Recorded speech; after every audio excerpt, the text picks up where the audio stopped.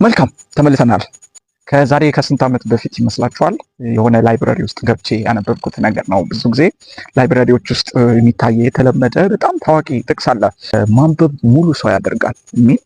ከዛሬ ከ5 ከ6 ዓመት በፊት ነው ያየሁት። የሚገርማችሁ ነገር እና ልክ ነው። ማንበብ የሚገርማችሁ ነገር ሙሉ ሰው ያደርጋል። በጣም የረቀቀ አባባል ነው። በጣም የተጠናበት አባባል ነው እና አባባሉን በጣም ወደድኩት። ነገር ግን ላይብረሪ ውስጥ ብቻ መለጠፉ ይገርማችኋል ብዙ ጊዜ ያሳዝነኛል።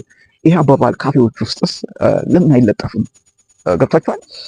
አንዳንድ መዝናኛ ቦታዎች፣ ታክሲዎች ውስጥ ለምን አይለጠፍም ባይነኝ በበኩሌ።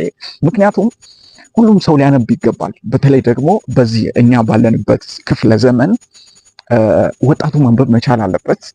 የተማረውም ሁሉም ነጋዴውም ሊሆን ይችላል፣ ሁሉም ማንበብ አለበት። ምክንያቱም ያላነበበ ሰው የሆነ ነገር ይጎለዋል፣ ሙሉ መሆን አይችልም ማለት ነው።